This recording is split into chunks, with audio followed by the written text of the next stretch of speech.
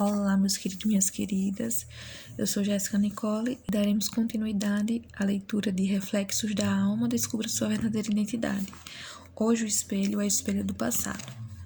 O segundo espelho que distorce quem somos nós aos nossos próprios olhos é o do passado. Muitas vezes nos observamos por esse espelho, que reflete o que ficou para trás. Por ele vemos o registro da nossa trajetória até o dia de hoje e contemplamos marcas, eventos e situações que vivemos em dias passados. Quem se agarra a esse espelho torna-se uma pessoa que o tempo todo remete sua atenção para as lembranças do que ficou lá atrás. São mulheres de todas as idades que ficam remoendo coisas que já passaram. Elas se tornam escravas, acorrentadas a momentos em que experimentaram dor e sofrimento, que lhes causaram traumas.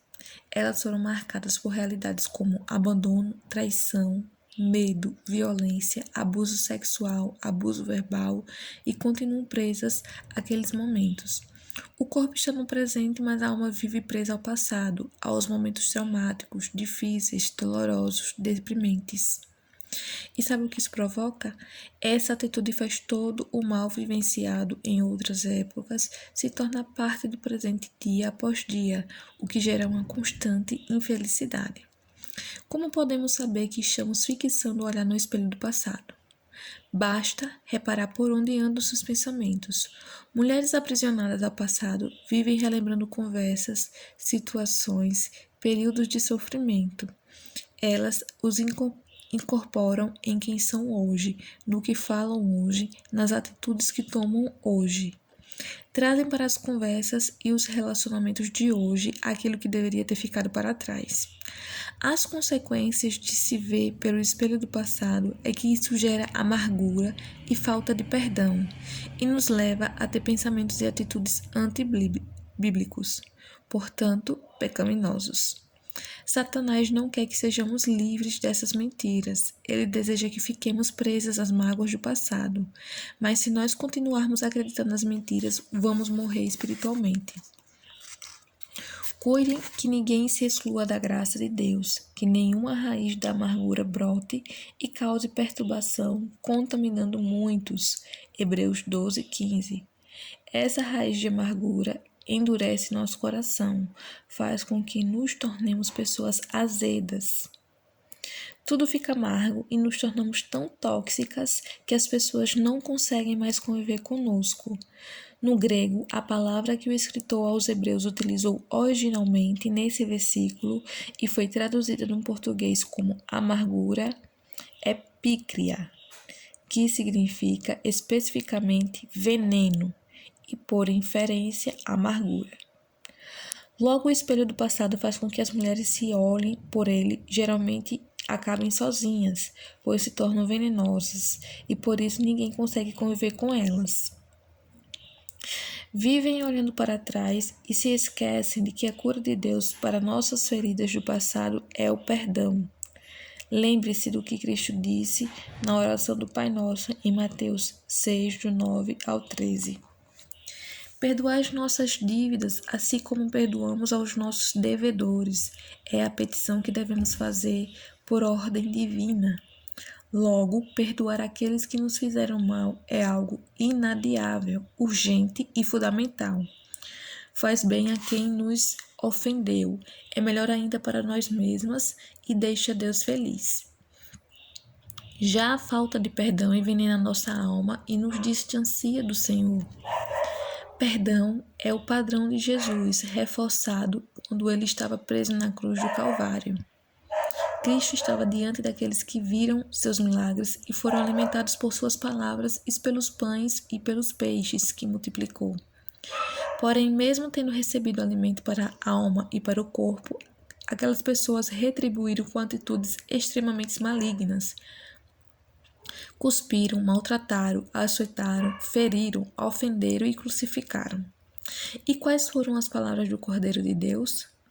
Pai, perdoa-lhes, pois não sabem o que estão fazendo. Lucas 23:34. Jesus deu o exemplo. Perdão é uma imagem, sempre presente no espelho de Deus. Já a amargura faz parte dos reflexos do espelho distorcido do passado. Talvez você tenha acreditado na mentira de que deve fazer justiça com as próprias mãos. Não é por aí. Pedro nos instrui assim: não retribuam o mal com mal, nem insulto com insulto. Ao contrário, bendigam, pois para isso vocês foram chamados para receberem bênçãos por herança. 1 Pedro 3,9. O apóstolo simplesmente está produzindo o que o próprio Cristo ensinou e enfatizou em Mateus 5:38 a 48, que é o ensinamento do perdão, o quão importante no Novo Testamento, que foi replicado também pelo apóstolo Paulo em Romanos 12, 14, 21. Aqui está a boa notícia. Se você olha diariamente no espelho do passado e revive dia após dia as dores de uma época que já não é mais, há uma forma de romper esse ciclo. Perdoe os seus ofensores. Perdoe-os, sejam eles quem forem, seja lá o que tenham feito. Com isso, você deixará de ser vítima da mentira, do engano, do erro, da deformação da verdade e será livre pela graça de Deus. Quando você se vê como vítima, mentiras invadem seu coração e sua mente assume o controle da sua vida. Muitas mulheres abusadas chegam a acreditar que elas foram responsáveis pelo abuso que sofreram, quando na verdade é que não têm absolutamente nenhuma responsabilidade sobre esse fato. O reflexo que contemplam mostra a imagem de si mesma como pessoas indignas, sujas, que não merecem ser amadas outra vez. E isso é mentira. É uma distorção da verdade. Elas precisam pensar no hoje, porque hoje tem um marido que as ama, mas não consegue desfrutar do casamento porque vivem presas àqueles passados de abuso, de outros homens que a tocaram como não deviam. Isso faz com que, ao viver um momento de abençoada intimidade com seu marido, Satanás chegue trazendo à memória delas lembranças negativas do passado. Assim, a mulher se fecha totalmente. Seja livre do seu passado de uma vez por todas. Não é apenas o que fizeram contra nós que nos prende ao passado. Se fizemos algo errado, se tomamos atitudes pecaminosas, se saímos dos caminhos do Senhor, isso pode gerar uma autoimagem totalmente distorcida de quem somos hoje. Erramos no passado, pecamos, mas nos arrependemos, confessamos nossa transgressão e abandonamos. Alcançamos a misericórdia do Senhor, mas muitas vezes nós mesmos não nos perdoamos. E em vez de olharmos no espelho de Deus, que nos mostra que fomos justificadas, perdoadas, regeneradas e restauradas, nos olhamos no espelho do passado e enxergamos nele pessoas que não somos mais e que carregam culpas que já foram eliminadas pelo sangue de Cristo. Ficamos olhando continuamente no espelho do passado e vendo as mentiras que falamos, o aborto que fizemos. A culpa sobre nós como um fardo pesadíssimo. São muitas as mães que tentaram abortar os filhos, mas não conseguiram e até hoje ouvem as acusações de Satanás sussurrando quando olha para o filho já grande. Ficam acorrentadas às prisões do passado, esquecendo-se do que o perdão de Deus está ao alcance delas. Uma das características de Satanás é ser acusador.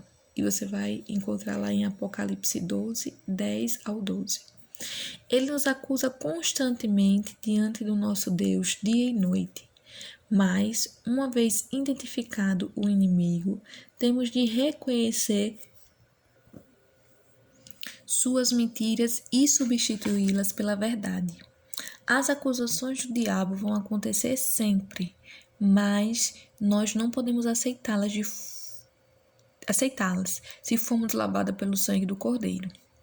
Os reflexos deformados que Satanás projeta no espelho do passado podem ser apagados pelo sangue de Cristo, pela cruz. Tudo o que precisamos é crer nisso, agir de acordo e passar a nos enxergar no espelho de Deus. A Bíblia é clara a esse respeito. Se confessarmos os nossos pecados, Ele é fiel e justo para perdoar os nossos pecados e nos purificar de toda injustiça. 1 João 1, 7 ao 9. Cristo é fiel e justo. Cristo perdoa todos os nossos pecados. Ele nos purifica de toda a injustiça. Quem esconde os seus pecados não prospera, mas quem os confessa e os abandona encontra misericórdia. Provérbios 28:13. Você confessou seus pecados e os abandonou? Então não resta acusação contra você. Os espelhos não podem mais distorcer quem você é aos seus próprios olhos, pois Jesus deixou sua imagem cristalina e aprumada, sem variações. Sou eu mesmo, aquele que apaga suas transgressões por amor de mim e que não se lembra mais de seus pecados. Isaías 43:25. Temos de nos apegar a essa verdade divina. É como se estivéssemos diante de um mar e o Senhor tomasse os nossos erros, fracassos e pecados e os jogasse no mais profundo desse mar e pusesse uma placa bem grande ali. É proibido pescar. Quando o acusador tenta nos fazer olhar para o passado, para as falhas, para os pecados que cometemos, devemos ir a ele e dizer: meu Deus não se lembra mais disso e eu também não quero me lembrar. Lembre-se sempre de que Jesus não fica se lembrando. O espelho das expectativas frustradas. O próximo espelho que tenta nos fazer ver como não somos é das expectativas frustradas. Satanás continua usando em nossos dias a mesma estratégia que utilizou no Jardim do Éden. Eva tinha tudo para ser feliz, estava em um lugar perfeito, o paraíso. Ela tinha um marido ideal, tudo era paz e harmonia. Eva tinha tudo o que precisava, mas então veio a serpente, o mentiroso, para deturpar a verdade de Deus, para distorcer as suas imagens. Satanás mudou sutilmente a palavra de Deus e com isso fez com que Eva pensasse: por que eu não posso comer desse fruto? Será mesmo que o Senhor não quer que eu o coma? Será que Deus não me quer bem? Ela se esqueceu do banquete que todas as árvores do jardim lhe ofereciam. Eva tinha à disposição uma quantidade ilimitada dos mais deliciosos alimentos. A única exceção, justamente aquele que ela não podia comer, foi a que Satanás a instigou a desejar. Será que Deus não quer a minha felicidade? Por que Ele não realiza o meu desejo? Por que eu tenho de esperar? Nós temos tudo o que precisamos, mas Satanás quer nos fazer acreditar que justamente a única coisa que não possuímos é a razão da nossa infelicidade. Isso é uma mentira, um engano. Deus é bom e nos quer bem. Ele tem bons planos para nós, mesmo que não estejamos compreendendo a razão de nos privar de algo que nós queremos muito. Uma das minhas passagens bíblicas favoritas pela fala é justamente dos bons planos do Senhor para o seu povo. Foi algo que ele disse por meio de uma carta que o profeta Jeremias enviou de Jerusalém aos líderes que ainda estavam entre os exilados, aos sacerdotes, aos profetas e a todo o povo que Nabucodonosor despertou de Jerusalém para a Babilônia. Isso você vai encontrar em Jeremias 29, 10 ao 14. Planos de fazê-lo prosperar e não de lhe causar dano. Planos de dar-lhe esperança e um futuro. Então vocês clamarão a mim, virão orar e eu os ouvirei. Vocês me procurarão e me acharão. Quando me procurarem de todo o coração, eu me deixarei encontrar por vocês, declarou o Senhor. Ainda que o povo desejasse voltar logo para sua terra, a mensagem dizia que teriam de esperar 70 anos. Eles deveriam permanecer na Babilônia e confiar em Deus, que não lhes queria mal e sim o bem. Creia que o Senhor tem bons planos para nós, para nosso futuro, enche o coração de esperança e ajuda a consertar as deformações causadas pelo espelho das expectativas frustradas. Deus tem bons planos para nós e um futuro preparado para cada pessoa. O Senhor tem projetos a nosso respeito, que Ele escreveu em seu livro. Todos os dias determinados para mim foram escritos no teu livro antes de qualquer um deles existir.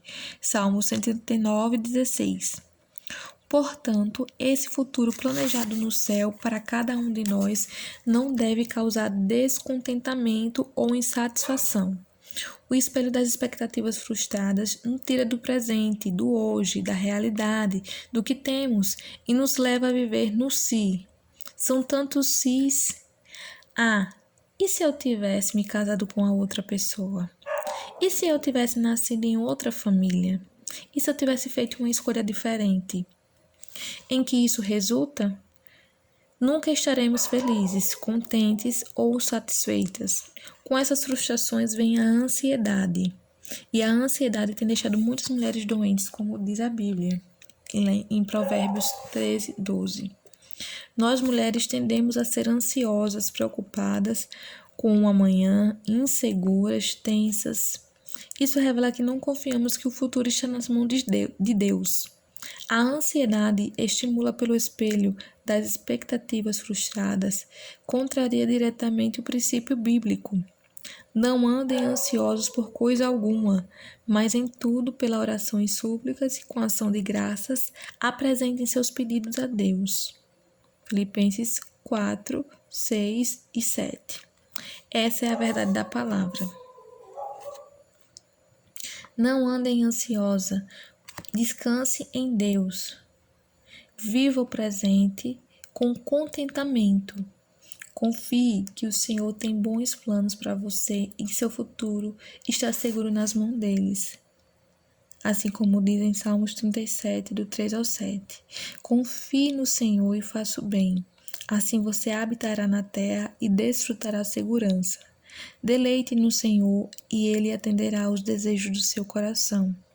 Entregue o seu caminho ao Senhor. Confie nele e Ele agirá. Ele deixará claro como a alvorada que você é justo e como o sol do meio-dia que você é inocente. Descanse no Senhor e aguarde por Ele com paciência. Até o próximo áudio.